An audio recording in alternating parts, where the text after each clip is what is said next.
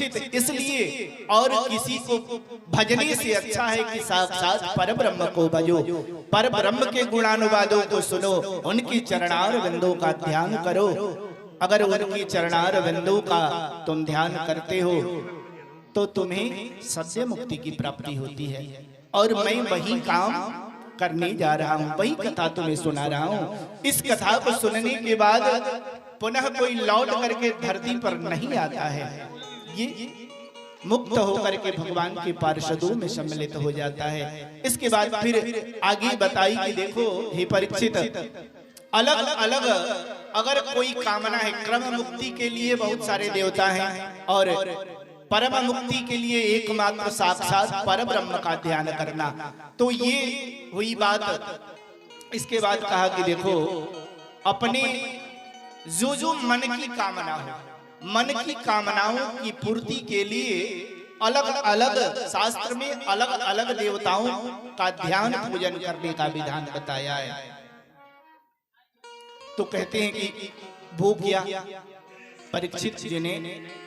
देखिए शास्त्र कहता है कि श्रोता बक्ता ज्ञान निधि अकथा राम के गुण।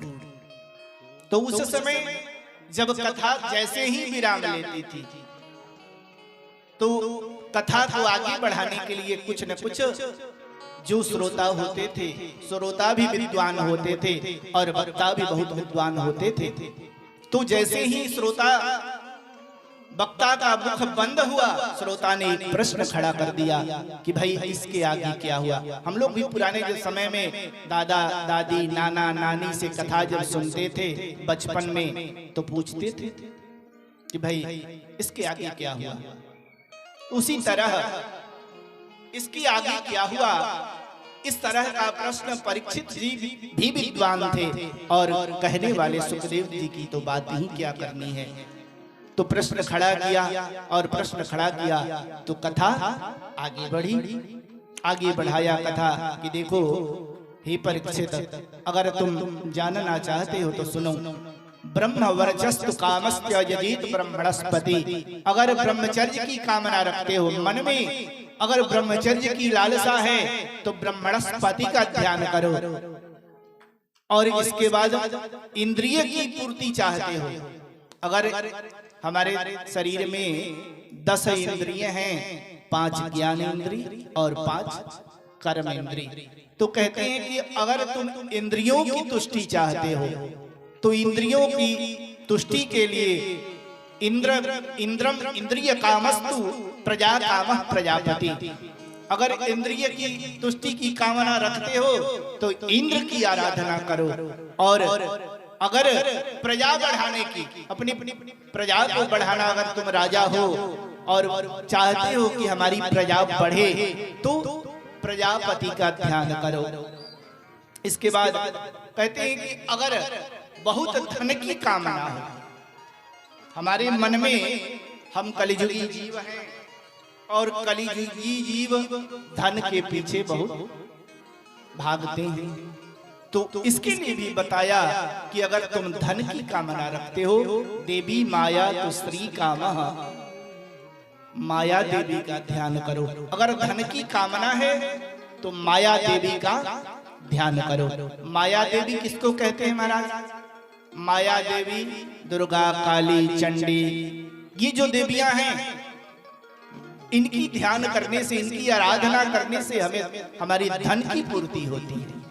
तो वही कहते हैं कि देवी माया तो श्री कामः तेजस कामो विभावसु। अगर शरीर में तेज की कामना रखते हो कि हमारे शरीर में तेज की वृद्धि हो तो उसके लिए वसुओं का ध्यान करो। अष्ट वसुओं का 8 वसु हैं, 33 कोटि देवता में 8 वसु भी हैं। 33 कोटि मतलब 33 प्रकार, तो उसमें 8 वसु हैं, 11 रुद्र हैं, 12 रुद्र आदित्य हैं, 11 रुद्र हैं, ऐसे करके 33 कोटि माने 33 प्रकार के हमारे शास्त्रों में देवताओं के विषय में बताया गया है। अब इसको कुछ लोग लगा लेते हैं अर्थ कि 33 कोटि का अर्थ संस्कृत में करोड़ से होता है। कोटि का अर्थ करोड़ होता है, तो कुछ लोग लगाते हैं कि भाई अब आज तो ये घड़ी नया ये घड़ी ट्रेंड एगो चलल बा। बहुत लोग हमारे सनातन धर्म को छोड़ करके अलग धर्मों में जा रहे हैं। तो नाना तरह के जो अच्छी बात है उस बात को छोड़ करके अगर कहीं थोड़ा सा गलत बात मिल जाए तो उसके नीचे मिलाकर के अर्थ क्या होता है, इस अर्थ के चक्कर में नहीं है, बस उसको निकाल करके और धर्म परिवर्तन के चक्कर में लगे रहते हैं कि कैसे हम सनातन धर्म को तोड़ें। इसलिए कि सनातन धर्म में तो भाई 35 करोड़ देवता हैं, तो किसको किसको भजे। इस तरह के बहुत जो अज्ञानी पुरुष हैं तो वो इनकी बातों को जान करके सुन करके अच्छा लगता है, और अच्छा जब लगता है तो अपना धर्म छोड़ करके दूसरे के धर्म में प्रविष्ट करते हैं और प्रविष्ट करके ये जानते हैं कि यही सच्चा धर्म है। लेकिन बहुत प्रयास के बाद आज ही नहीं, हजारों वर्ष पहले भी, हजारों हजार वर्ष कहिए पहले भी सनातन को लोग तोड़ना चाहा, तोड़ नहीं सका। और आज भी सनातन को कोई, भले ही हम अल्पज्ञ हैं, बहुत ज्ञानी नहीं हैं, लेकिन हम सनातन को तोड़ नहीं सकते। इसलिए कि सनातन कहते हैं, भगवान खुद कहते हैं कि रामो विग्रहवान धर्म कृष्ण धर्म सनातन। साक्षात जो भगवान नारायण है वही सनातन धर्म है, और जो नारायण है उनको कौन तोड़ सकता है।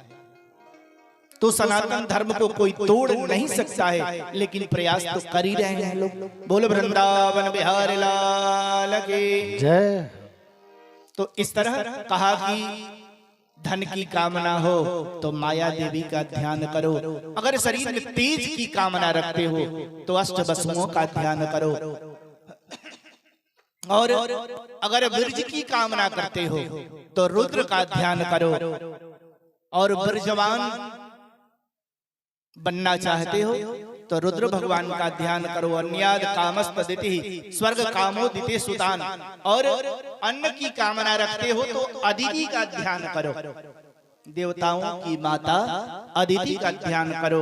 और अगर स्वर्ग की कामना रखते हो कि हमें स्वर्ग की प्राप्ति हो तो अदिति के पुत्र स्वर्ग कामोदिते सुतान, स्वर्ग की कामना से अदिति के पुत्रों को यानी देवताओं का, इंद्रादि, इंद्र, अग्नि, वरुण, जम, कुबेर, इनका ध्यान करो तो तुम्हें स्वर्ग की प्राप्ति होगी। अगर बहुत आयु बढ़ाना चाहते हो, आयुष कामो अश्विनो देवो, कहते हैं कि अगर आयु बढ़ाना चाहते हो तो